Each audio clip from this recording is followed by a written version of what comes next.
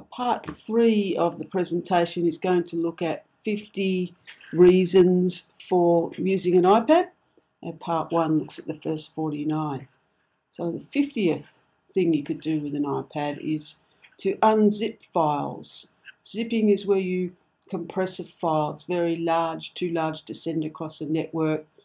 So you zip it up. You can compress it, make it smaller, and there are ways to do that on a computer, but this is an app that will actually allow you to zip files and unzip files for those that you encounter on the internet, or you want to zip up a whole folder of photos and send it off to someone. Drawing and painting, there are a lot of drawing and painting apps in the App Store, whether you want to sketch or draw or paint or colour. For kids, there's a lot of drawing apps and how-to drawing apps.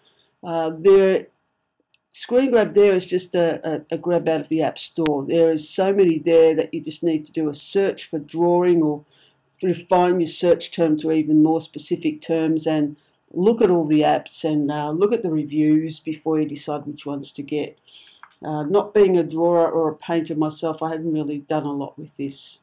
I've tried to, but I'm not creative. And if you really want to get into drawing and painting, go and look in the iTunes U app and look at what courses there are available to teach you how to draw. And that was just one I found from the Oxford University on the elements of drawing. It's only each episode's quite small, lesson 1 minute, but it will have with their exercises and activities and a website that you can go to. So look at iTunes U all the time for courses on how to do things if you've really got a passion in a topic. Scrapbooking, the G's missing off there. If you're into scrapbooking, there is a very good app that's just come out recently called ScrapNote, which allows you to put text and photos and import videos, whether you download them or make them yourself, and export that scrapbook as either a video or to Facebook, or just put it on your computer, play it in a browser. It's a really good app, and I think I've got a little video about that app that I found on YouTube.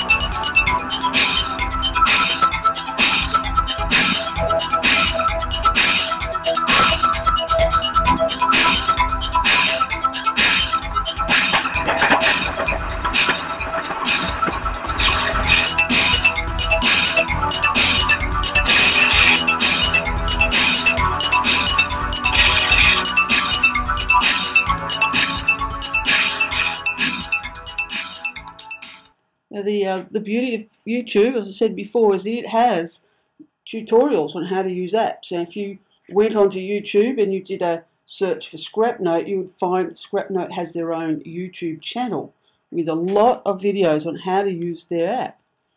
Don't ignore YouTube. 53. Use it as a baby monitor. There are a few apps there. Some are free, some are not, where you can observe the baby in another room. Because you've got the camera on the iPad, you've got the microphone so it can actually talk to the baby from another room. If you have your computer set up, your iPad connected via Log Me In, for example, you could actually go into your home from outside the home and look at the baby that way. But there are a lot of them there. There's a screen capture again from the App Store. Search term baby monitor and just see what all of the apps that are there. But you've got to look at different ways to use it. It's not obvious, some of them. Using it to look up telephone numbers. I don't ever use the yellow pages or the white pages anymore. I do it all online. Either I'm looking up Google for a business, or there is a specific app for the yellow pages in Australia, in Melbourne, or the white pages, which is combines business and residential. So Who needs paper anymore? You can just download the apps and look up your numbers that way, or Google will also find businesses and give you the address and show you the driving directions.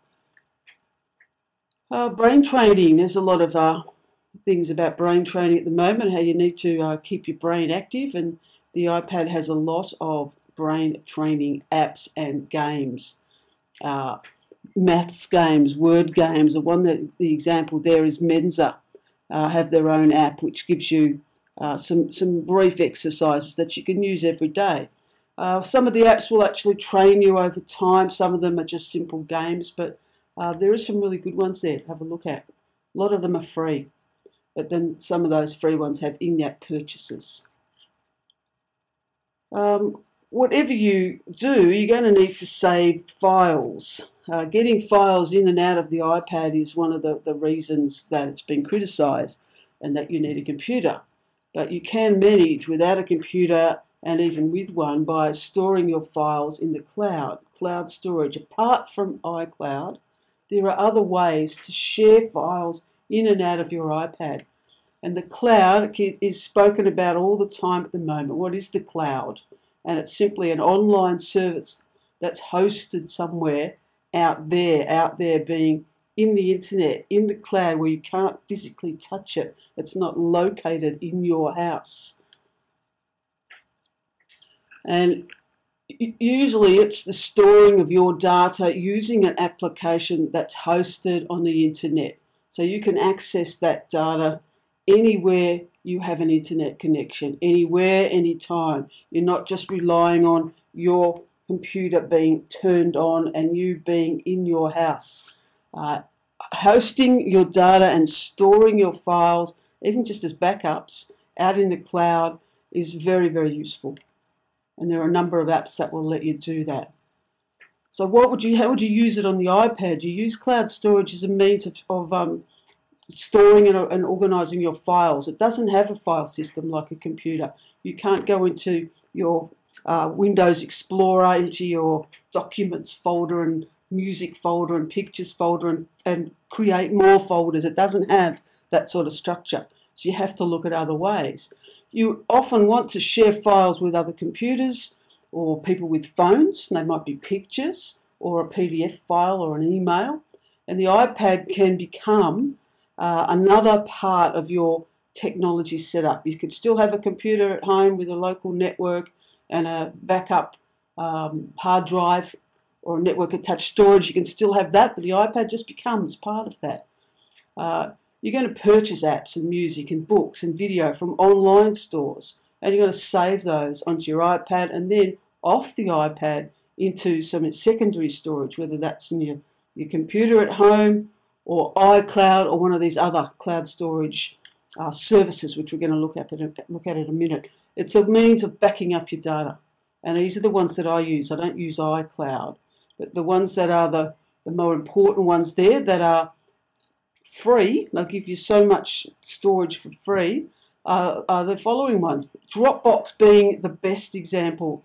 And for every one of these, you just need to go to the website, dropbox.com, box.net I think it is. Do a search for the actual titles of them to find the website. Sign up for an account, so use a Gmail address or a Hotmail address or Yahoo mail address. Don't use your main one. And sign up for an account. Now, Windows SkyDrive is if you're using a Windows computer, Windows SkyDrive is quite a good one for Windows users because it gives you access to online Office. You get Word and PowerPoint and Spreadsheet, and you get online versions of those. And I'm not sure how much storage it gives you, 5 gigabytes or 8 gigabytes of space. Dropbox is the best one, and most of the apps will integrate with Dropbox. You could download a file on an app, say ScrapNote that we were just looking at, and then save it into Dropbox. Then if you have a computer at home, your Dropbox folder up in the cloud is available anywhere you are. So you could download that file into your computer at home, and it's a means of transferring files between your iPad and your computers at home. Google Drive, if you use a lot of Google services, Google Drive gives you, I think, 25 gigabytes of space. Dropbox it only gives you 2 gigabytes free, and if you want any more you have to pay for it. And 2 gigabytes is generally enough, but I've found that I've actually had to pay for it because I use it so much. I think I've got 100 gigabytes for very little. I think it was $25 for the year or something. It's quite reasonable. And Box will give you, I think, 8 or 9 gigabytes of space, and you can have accounts in all of them. And you've got all this extra storage, a means of saving your files. Some apps will use Dropbox, some apps will use SkyDrive. Most of the time they're all available. But this is cloud storage. This is how I back up my iPad files, other than with iTunes. I have a lot of stuff on Dropbox. I don't use the others that much, but they're just as backups. But really investigate them, and if you have a look in the links document, you'll find some more information on other cloud storage services and some videos. Go onto YouTube and put in one of the search terms for Dropbox. How do you use it? Take a tour before you actually sign up for it. But these are the ways to go. This one, I think, is just another example of how iCloud is used to back up. Other than the storage and backup at the bottom there, where you actually back up all of your files, anybody who has an iPad automatically gets 5 gigabytes free, and that 5 gigabytes is used to back up your mail, your contacts, calendars, reminders, anything that you use. Turn them all on. Turn Photo Stream on, and then every photo you take is immediately transferred, streamed to any other device that has Photo Stream. If you use the iWork pages and numbers, then the documents from those apps are stored in iCloud. Find My iPad is something we'll look at shortly. It allows you to find where your iPad might be if it's lost or stolen. Everyone has that automatically as part of the iPad. That's the only way I use iCloud. Everything else I use Dropbox predominantly. And here's an example of how you might use it. Say I took a picture of a cat. My cat is now dead. I've opened an account at Dropbox.com, so I had to sign up and an email address and some details. There is a Dropbox client, so it's a little application that you have to put onto your computer or your Mac, and if you haven't got a computer you can still use it without that. You can just use the iPad version. But the true beauty of Dropbox is that you want to synchronize your files from iPad to Dropbox. So everything I've got on my iPad, the picture of the cat, for example, I want to have that picture available on Dropbox so that when I get home I can actually download it from Dropbox onto my computer. I can edit it, it'll go back up to Dropbox, and then it'll go back down to my iPad and it'll be synchronized. The files will be the same. But you need to download a client. And each one of those storage services will show you how you do that and where to get that client from. And I think this one is the example of for Dropbox. When you actually go onto the Dropbox site, it gives you this information. Download the installer. How do you install? This is on a Mac, but they're good for Windows. It'll set it all up for you, and it'll actually give you a little icon in your menu bar to access it and drop files into it. You download the Dropbox iPad app. So you've got Dropbox on your iPad, Dropbox on a computer, PC or Mac, and then you're going to save the file somewhere. Saving the file into my camera roll onto my iPad. Now if I was on a PC, I'm saving the picture to the hard drive, and I want that file, that picture, to be synchronized, to be available in the same format with the same detail in both Dropbox online and Dropbox in the iPad. So it's a way of synchronizing, getting all the files set for the same. On the iPad, if I'm going to use just on the iPad, I download the Dropbox app from the App Store, and it's free. And if I want to save some files into Dropbox, this is the Dropbox folder, or the Dropbox app on the iPad, and when I open it, those files on the left there, the Movie Maker class and class notes, they're all my files on my Dropbox account up in the cloud. So I have those files are not actually on my iPad. if I want to get one, I would tap on one of those folders, tap on the file, and double tap it to open it and download it. I can also upload files from my Dropbox app by hitting that plus sign and upload a file that perhaps I've downloaded from the internet. It's a PDF file, and I want to have that available for using from home. I can upload it to my Dropbox account from within the iPad app Dropbox. If I'm in, this is opening one of those Movie Maker folders. There are all the files there. They're all Word documents, and on the left of the list of the files, in the middle is the reading pane. So I can see that file, and then if I want to now send that file off to someone, I've got the sharing button there. I can email the file, I could send it to Facebook or copy a link to the clipboard. The other way is I could open the file, so it's the same Movie Maker folder. The file is adding and editing titles by hitting that little download icon up on the bottom right. All of the apps that I have on my iPad that have access to Dropbox and that type of file, it's a Word document, it will show me all the files that I could open that Movie Maker document file in. So I might want to open it into Pages so I can do some more editing of it. And then when I've finished it, then I can save it back to Dropbox and it'll go back up into the cloud, and I can then access it from home and access the edited, updated version. Dropbox is one of the best cloud storage apps you can get. That one above all others, but the others, Box, SkyDrive and Google Drive, are all function in the same way.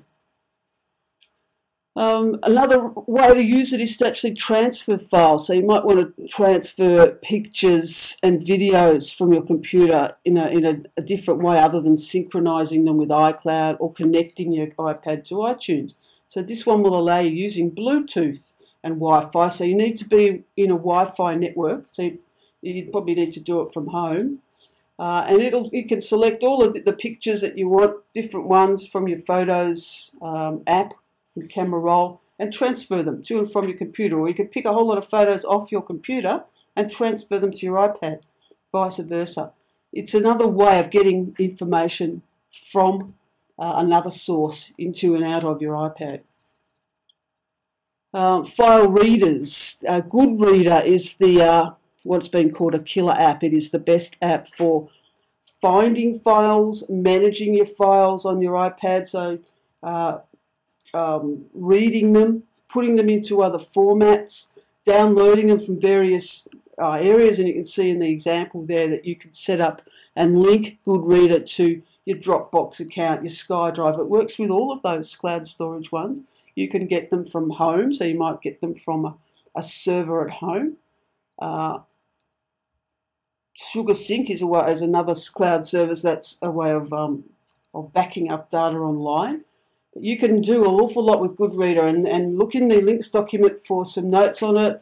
Certainly look in YouTube for how to use it. It's the best file reading app available, and it's free. So really investigate that one.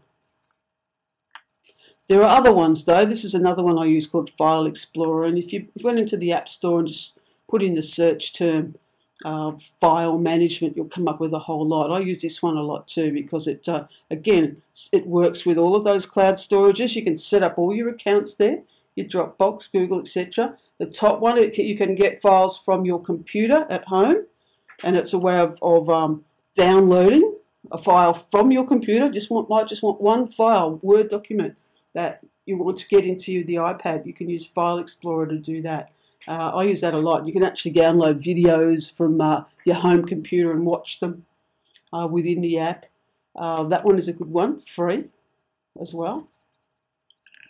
Go into some different reasons here. You can use the iPad for looking at definitions. There's so many dictionaries, those foreign language dictionaries. So if you're learning a language, then go into the App Store and look up like Italian dictionaries. There are dictionaries, there are thesauruses, there are foreign language phrase books, anything you want in words, definitions of words, you'll find there. Some are free, some are not. So the Merriam-Webster dictionary, for example, I don't think that's free, but useful.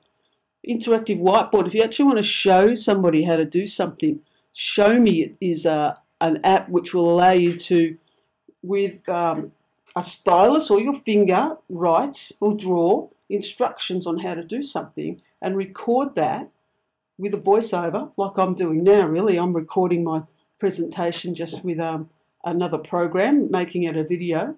But you can record how to do something and save it as a video, and then you can upload that video to any of those sharing sites. YouTube, that's why you have a YouTube account, so you can upload your videos, or you can post it on Facebook or any of the other social network sites you might be useful, or just send it by email, or put it on Dropbox and give it to someone else, share it out to somebody else. The examples over there on the right there is somebody trying to explain what the difference between a noun and an object is. So you can import a picture and you can annotate over that picture. There's a whole lot of show me's that other people have already done. And on the bottom there, you might be able to just see it. There's maths ones, science ones, language ones. It's not just for teachers. It is a pretty useful app if you want to show people how to do something. There's an example of, you can see it a little bit better now. There are different categories of Show Me's that are already there. So these are ones that people have already done and they've just uploaded to the Show Me website. Maths ones, and this one's on checks and balances, and it's a bit messy, but you can make it neater because the one on the left has been done with a finger. What you need to get is a stylus, which will give you a more precise writing. But you can explore, you can do yours that you've just done, you can actually subscribe to a feed, and every new Show Me you'll be notified of. It's quite a good app. Mind mapping, if you're a visual learner and you like to write things in diagram style before you're nutting out a problem, use it for mind mapping. iThoughts HD is one of the best apps there for visually organising your thoughts and your ideas and your information. And you can print that, or you can save it and share it to other apps. Every app has a little share button which will allow you to get the app off, or what you've done on the app, off the iPad into somewhere else. Outlining, so if you are, again, responsible for projects, or you're going to write the next big novel and you want to be able to break down your project into an outline, then there are outlining apps, and there are some really basic ones up to the mega ones that cost a bit of money, like Omni Outliner, a fantastic app, that one. Paper 53 I think is free, but gives you different types of ways to outline and get that outline off the iPad into another format. When I'm doing presentations, that's what I use. I use an outliner to nut out what I'm going to do, how I'm going to break it up, and I can move things around quite easily on an iPad. Well, some of that's missed off there. If you can't sleep, you can use the iPad to help you sleep. There are all sorts of apps that help you sleep, reduce your stress, block distractions. This one's called White Noise, and apparently it's meant to relax you. Let's just have a listen.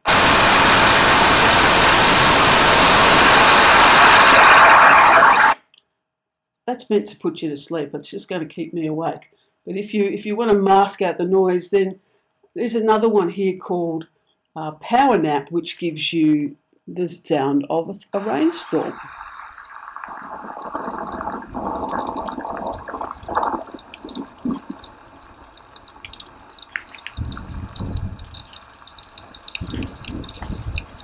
So there are all different sorts of sounds that come in these types of apps that help you to sleep.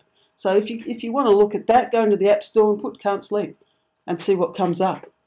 TV guides, social networking is all around you. And I'm one of those people, when I watch TV, I've always got the iPad and I'm playing on the iPad. I'm checking my mail, I'm looking at websites. I very rarely watch TV and nothing else. Can't do it anymore. And here are 3 apps that will help you to interact with what you're watching on commercial television, free-to-air TV, or Foxtel if you've got that. They're all free. The better one is ZBox, and you can use them as you watch TV, and you can interact with other people who are watching the same programs as you. They also have TV guides as well, so instead of getting the Herald Sun every Wednesday for the TV guide, you can look at what's on TV in one of these apps, free to wear. If you've got Foxtel, the Foxtel have got their own apps for TV guides and watching TV. But here's an example of ZBox from the other day. I think it was on Sunday morning at 9 o'clock, and there's some of the programs that were on. So particularly if you're into tweeting and Facebooking and being able to sort of chat with people who are watching the same program as you, in the middle there it's got all the tweets about what people are saying. It gives you other apps to download. It just helps you interact with whoever else is watching the same program as you. You don't have to know them. But it just makes watching that program a little easier. I did it for when I was watching the Logies, and I can't stand the Logies, but I was watching it and tweeting with other people about how bad it was. Made the whole experience that much better. TV news. So apart from going onto the websites, each of the free-to-air channels, apart from Channel 10, have their own app for watching news, catching up on news. Channel 10, if you want to look at the Channel 10 news, you actually have to go onto the Channel 10 website. They have not made it easy. I wouldn't even bother. But if you want a bit of news and you can't see the news at the time, all of those ones there, the ABC, 7, SBS and 9, have catch-up news. They have the main stories. They have a catch-up on demand for stories that you might have missed. And they're worth having to catch up. And there's an example of the 7 News app, and that's for Victoria. Down the bottom there, you can get national news, or you can just get Victoria, and it gives you the main stories and little videos that you can play. And that is one of the better ones. 7 is the better one out of all of them. That one's very recent. Google, if you're into Google, this is the best Google app to get, Gee Whiz, which has every possible Google application within that one app. You can also get separate apps. I use Google extensively for just about everything. And that list on the right are some of the things you can do with Google. So if you're using Picasa, for example, on your PC to manage your photos, then you can look at your Picasa web albums through Gee Whiz. Or you can probably get, I haven't looked though, a Picasa web app. Gmail, for example, has their own app, or you can just look at it through Gee Whiz. Google Maps, instead of downloading a Google Maps application on its own, you can get Google Maps through Gee Whiz. It's really very good if you're into Google. And I'm actually talking about Google in one of the next presentations on getting connected, or what it offers. For browsing the internet, you don't actually need to use the browser that comes with the iPad, Safari. There are other ones available. One of the better ones is iCab Mobile. And why I like it predominantly is that it will download files for you. So if I'm going onto YouTube, for example, and I'm looking at a video, I can download that file straight onto my iPad. It's just an easier way, or any other file that I want to download. It will do that, and it has a whole lot more features than Safari does. And you can use them both. I use both browsers. But iCab Mobile, there's Opera, Google Chrome has its own browser, and you can use Chrome at home on your PC. You can get the Chrome app and keep using the Chrome browser, and all your bookmarks will synchronize because you're using Google, which is a cloud service. But investigate other ways of looking at the internet. If you're into eBay and PayPal, eBay has its own iPad app, and PayPal, because eBay owns PayPal, and it's a good way of paying for things online. You can get a PayPal app as well, which every time you make a transaction is going to be recorded and help you manage your PayPal account. So online shopping. Signing documents. DocuSign Ink is a way that you can get a PDF file, whether you have downloaded it from the internet, put it in a Dropbox account and downloaded it to your iPad. If you want to annotate it or you want to sign it, you can actually create your own signature in DocuSign Ink. You can create a signature, you can create initials, you can put your own photo, and you can actually sign PDF files. Save them and then send them off, either back to your Dropbox account, your Box account, Google Drive, and receive DocuSign. You can also link it to those cloud storage services. You can get signatures and send them off. It's a really very good app. Have a little play with it. For navigation, it's not just for maps and roads, but there's all these different ways of navigating. If you're interested in astronomy, well, then there are apps for that. For maps, there's nav-free GPS, a whole lot of maps. Google Earth, another Google service. Marine navigation, there's all sorts of navigation apps. Go to the App Store, put in the search term navigation, see what you come up with. Taking a screenshot. I do this a lot. I might find a picture on a website that I want to take a screen capture of. I can do that with the iPad, and there's the instructions on how to do it at the bottom. Or perhaps you're playing a game and you've got a real high score on Angry Birds, and you want to preserve that and send that off to someone else to show them how good you are. Take a screen capture of it. The screen capture becomes an image and is stored in your photos in your camera roll, where you can access it as a picture. I use that a lot. Researching. So Wolfram Alpha is I think it's produced by Windows or Bing or something like that, but it's a good research app, and these are the sorts of categories it does on the left there. So it's a more specific search engine than your Google search or your Bing search. In this one, this was a genealogy search. I just put in the search term, my father's uncle's grandson, what sort of genealogical chart would it give me? So it gives you a whole lot of information, and more than I can show here, but it gives you the actual genealogical tree, and it gives you definitions, and it's a much more educational, scientific search engine. It is absolutely outstanding, free. And whatever results you get, you can share out, save them, post them, create an email from them, copy them into another app. Well worth looking at. If you're into football and betting, so every one of the AFL teams has their own app. The AFL 2013 app now, but it's if you like AFL football, you're going to get every game, scores, up to the minute scores, and every single detail about a game as it's occurring in real time, free. And every one of them has, every club has their own, every code. So there's rugby ones, there's soccer ones.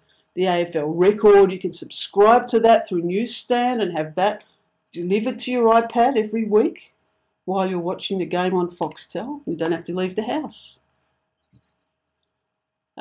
Coaching, so if you want to actually improve how you play a game, so it has to be some sort of physical thing. So examples there are basketball, baseball, running, walking. You can have somebody film you while you do that activity, and then you can play it back and try and improve your technique. Video coach will let you do slow motion analysis of somebody who's performing some sort of physical activity. And there are others besides that. That's the one that I've got there called You. But there are other apps to look at coaching. Same for fitness. Fitness Buddy is the example I've got there, and the screenshots there. But there are apps on exercises, which will give you little videos on what to do at the gym. Walking ones, daily ab workouts, arm workouts. Just put in fitness into the search bar of the App Store to come up with a whole lot of other apps on helping you become fit. Same with health. Put in the search term health information. This is one of the better apps, Better Health Channel, which in Victoria too. It's a Victorian app, so it's very spot on and specific for people living in Victoria. Recipes and first aid. There's medical apps that will give you symptoms, and you can be your own doctor, diagnose yourself. Creating a VPN, a virtual private network, will ensure, and the reason you might do that is so that it secures your internet connection. Everything you do is encrypted and secure from prying eyes. And the other reason for using a VPN is if you actually want to watch TV in England or in America and look like you actually come from those countries, which is what I use it for. More on that in a minute. So your identity on the internet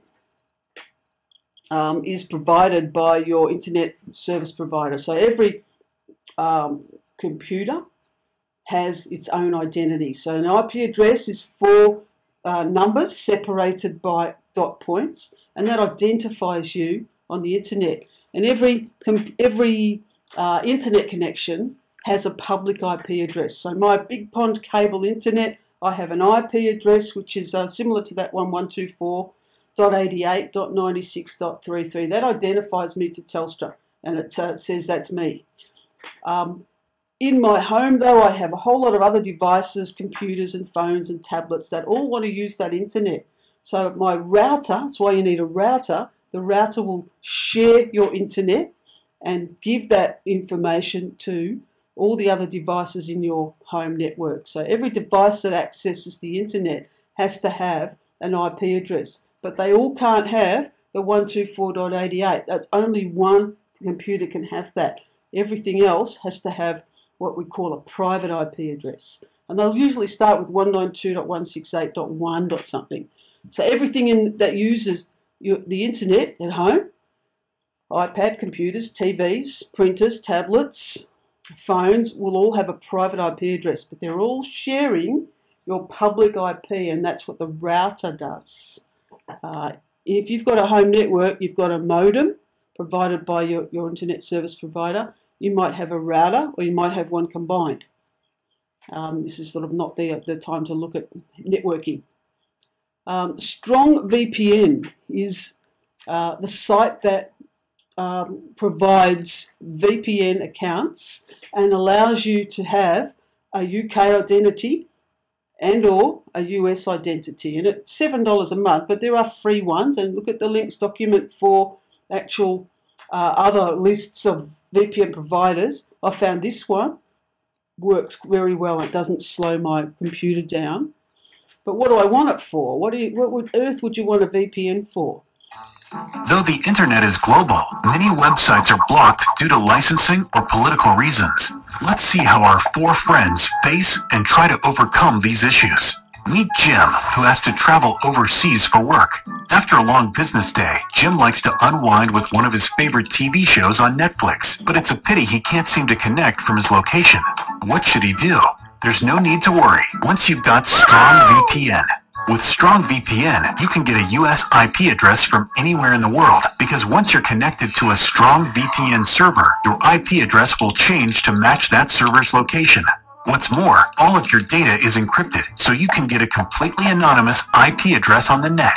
And if that's not enough, let's meet Casey. Casey is on holiday in the Caribbean and wants to access UK online sites like the BBC, but can't do so. So it's a good thing Strong VPN provides access to a UK VPN as well. Now Casey can get his UK content from wherever he may be, because he can connect to a UK IP address through a UK VPN. But that's not all. Here's Craig. He's on holiday in China and wants to share his photos of the Great Wall with his friends and family via Facebook. But sadly, he can't seem to access the site. Once again, it's Strong VPN to the rescue. By providing a US IP address and unblocking restricted websites, Craig can safely, freely, and easily log on to all the sites he wants, wherever he may be. Wait, there's more. Here's Sam. He wants to check his email and other accounts from a public location. Problem is, his personal information is being compromised. Luckily, Strong VPN has the solution for him. So all of Sam's data is now fully encrypted, and there's no way it can reach the wrong hands. Because Strong VPN ensures anonymous surfing online, as well as encrypting all of your data. So if you want to surf securely, anonymously, and enjoy your favorite sites anywhere, like Jim, Casey, Craig, and Sam, you need Strong VPN. Now, VPN on the iPad, why would you need it? There is a setting in the settings, part of the iPad, for a VPN, and the top arrow, when you turn it on, indicates that there's a VPN working. And in the middle pane there, I have 2 VPNs. I have a US IP address, which makes me an American, so it looks like I'm from America, and I have a UK one. So it looks like I'm from England or anywhere in Britain. And all I have to do is tap the VPN on. I've already set up my VPN, so if I want to watch some TV in America, I can turn on my VPN and watch American TV, and this is another way I use the iPad. Apart from streaming everything and connecting Apple TV, I do like to watch British shows and American shows that I can't get here.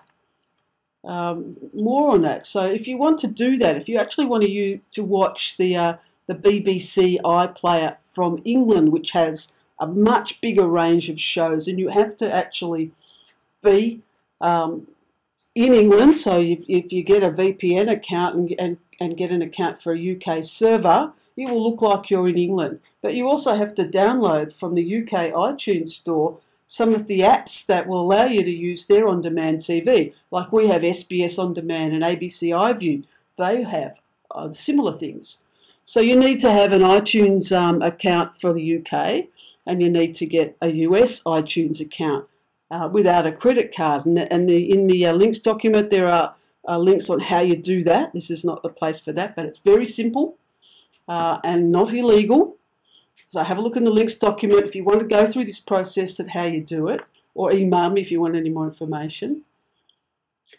And if you do that, so I've logged into the UK App Store and I've downloaded, and these apps are free, these 4 apps, so the BBC iPlayer, and these are all the different ones. ITV is another big television on demand, Demand 5 4D, and they're all the on-demand sites that you can watch British TV, stuff that is not available in Australia.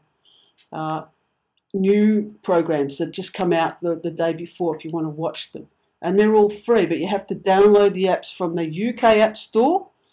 And if I wanted to watch EastEnders, for example, which is one of the British soaps, and even though it's available on Foxtel here, I could also watch it there because it's just happened.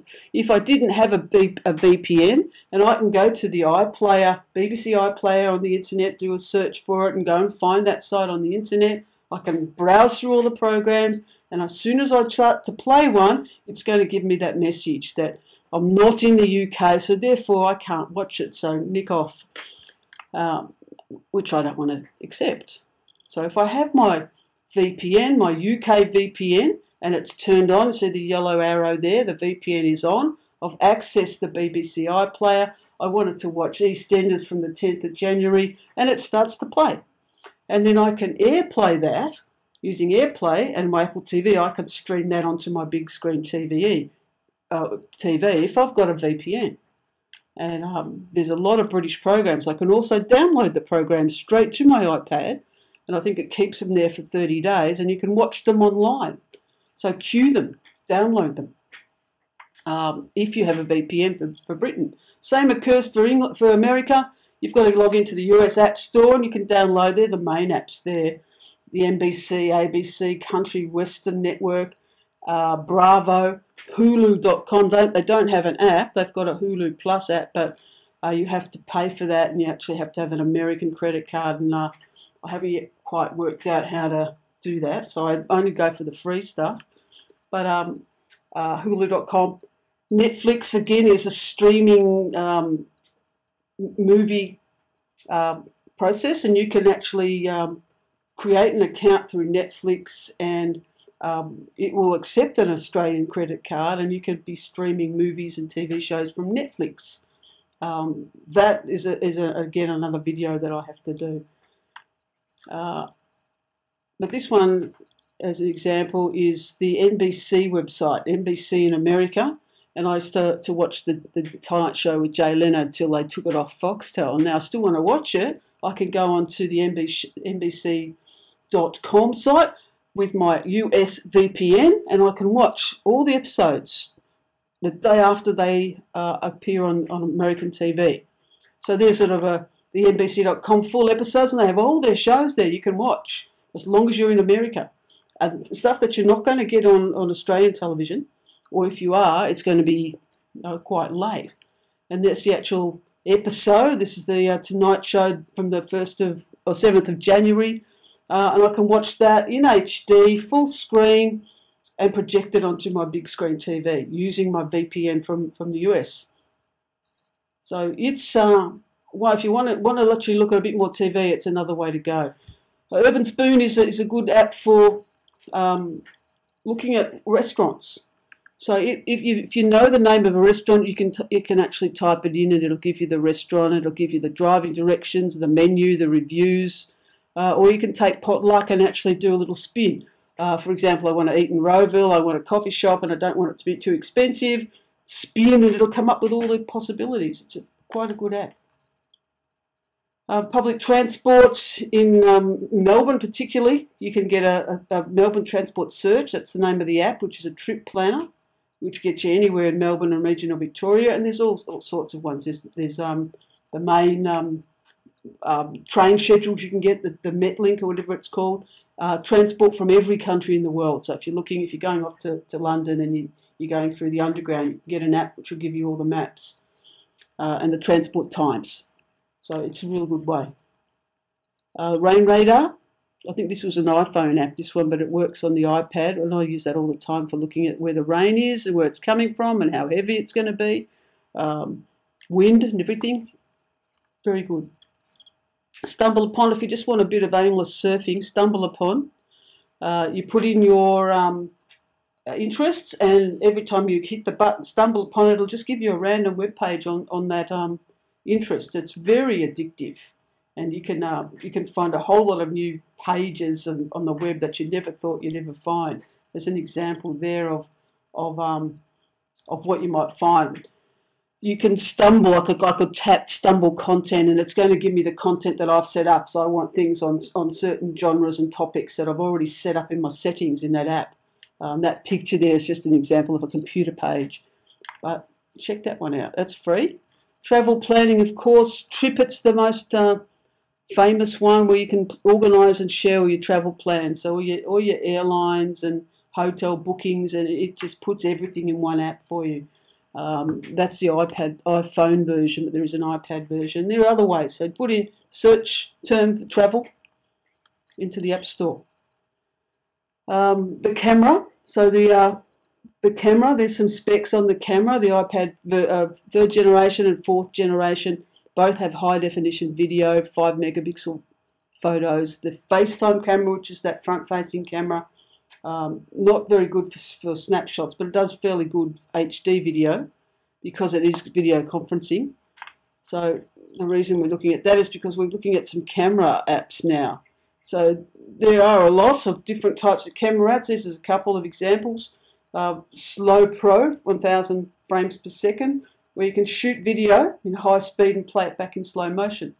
Put that together with the coaching app and you have a fairly good set of tools there.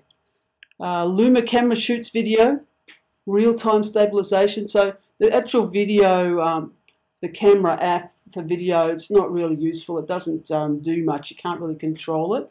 You need a different type of app to actually look at what you're going to take and change the filter and the color and zoom, because it won't let you zoom the video app. But if you get something like Luma Camera, before you actually film, it will allow you to do a little bit more with the camera for the video. Photo and words is another bit of harmless nothing. Combine photos and words. So you on the right hand side there, you put your text in, you pick a photo or you take a photo, and it puts that text inside the photo. And you can email it, Facebook it, do whatever you want with it. Another time waster, this one, time machine. You can pick a year going back to the 30s, and you can watch from that year what the TV and the movies and the news and the ads and the movie trailers were in that year. Absolute time waster. This one example is from 1960, and it's TV, and it's just a couple of minutes of the Bobby Lim show. And you can tweet it, you can post it, then the green arrows, you can just go through everything in 1960 TV, and it's not whole shows, they're just little grabs, but it brings back a lot of memories, and it can waste many hours. Use it as a translator. So iVoice Translator is the example where you can actually type in any, you can actually speak it actually, rather than type it. You can say something in English and you want that translated into another language. It'll do voice to text, it'll do text to text, and integrates with email. There are a lot of translator apps. This one is good because you actually are doing the speaking. Google Translate does the same thing. A better calculator called Solver. So instead of just putting in the numbers, sometimes you just want to say in words, try and think out what you want to be calculated, and that's what Solver does. It allows you to use words alongside numbers, so your calculations make more sense. So as an example of it, if I hope was at maths, so I just wanted to know what's 45 as a percentage of 100, and I didn't quite know how to type that in the number pad. I can type it in as a question, and it'll give me the answer. It's 45%. Of course. Why wouldn't it be? There's another example there. How many euros would I get for $100? And I didn't quite know what to do on the number pad, but I can type that in as a question. It gives me an actual little table at the bottom there. So what? So $1 Australian dollar is, or 100 Australian dollars will get me 126 euros, and how many dollars in American dollars, and it's a different way of calculating. It's free. Streaming webcams, so if you like to be a little bit the perv and look at webcams around the world, and I love this one because it's just another bit of aimless fun that I might do while I'm watching TV. Live Cams HD, I think it costs you about $1 a month or something to actually use it. But it's high definition webcam, so if you wanted to look at Times Square, for example, or the one I've got here is the Dublin pub cam. And this is what it looks like, the actual cam. And all you're doing is watching people come out of the pub and nothing else. And it's just going to go on and on and on like that. But I like it. Wikipedia. So if you like Wikipedia and you always looking up Wikipedia as your source of information, Wikipedia have their own app, Wikipedia. It's an example of what it looks like. I just typed in Melbourne there, and it gives you links within that. It'll give you videos. It'll take you to other things. It's a very good way of accessing Wikipedia. Journal, if you like to write diaries or journal your thoughts, and then Capture 365 Journal is an example of the type of apps there, which will integrate photos and text and video into a journal, which you can keep private, or you can export and share parts of it, because everything has a share button, every app. Flight radar, so this one, particularly if you are travelling or you're waiting for planes, it gives you airport traffic in real time around the world. And here's a grab from it. This is from Australia, so the little blue dot is where you are, so the GPS is going to actually identify where you are. You can just tap on one of the planes and it comes up with the information. So the one that I've tapped on is the Jetstar Airways. It's going from Melbourne to Queensland in Tasmania.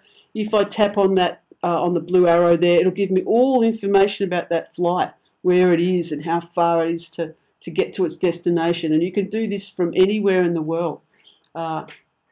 It's quite interesting. If you look at Sydney there, and look at all the planes clustered around Sydney Airport, Melbourne's Tullamarine Airport, all the directions they're going. It's really interesting. Monitoring your iPad, I really suggest you get this one, because it's going to give you a way of optimizing your performance of your iPad. How much battery have you got? How many apps have you got? This is an example of what it's going to look at. So it's telling me that my iPad at the time I did this, and this is a screen capture, 60% the battery, and it was discharging. It wasn't in a charging state, and how much space I've got left, and what's the memory like, and what are my connections, how much disk have I got. It just gives you a whole lot of information about your iPad and how to manage it. Finding your iPad is one of the best apps that you need to get. If you lose it or it gets stolen, you need to install Find the iPhone, it's called, or Find iPad. I think you might find it there too. You have to install it on a different app, so there's no point installing it on your iPad if that's the only one you've got, because if you lose your iPad, you can't use the app. But if you've got a phone, an Android phone or a computer, you can install this app on here, and it'll tell you where is your iPad or iPhone or computer. This is an example here for my iPad. That's coming from the app. It's going to give me a map of where that iPad is. It shows me where the iPad is. It tells me I could tap play a sound, and it's going to play a sound and let me find it. So if I've lost it in the house, I could do Find My iPad and it'll play a sound where it's located, or if someone's stolen it, I could open this app and actually could erase the contents of the app remotely. If this was, somebody's stolen my iPad and I found where it is, it actually gives me driving directions to go and pick it up. So it's a really good one to have. Recipes, the best recipe app is Epicurious from the epicurious.com, which is a very, very detailed recipe app with photos, with videos, which will give you shopping lists. It's excellent. You can drill down into different courses, and this one's put in the search firm, I want something on a smoothie and it's going to have bananas in it, and it'll come up with recipes. And the last one, a meter reading. If you're trying to monitor all your energy reports, gas, electricity, water, MeterMan will allow you to do that, and it generates a report so you can monitor, and it works with Dropbox. And I think that's all.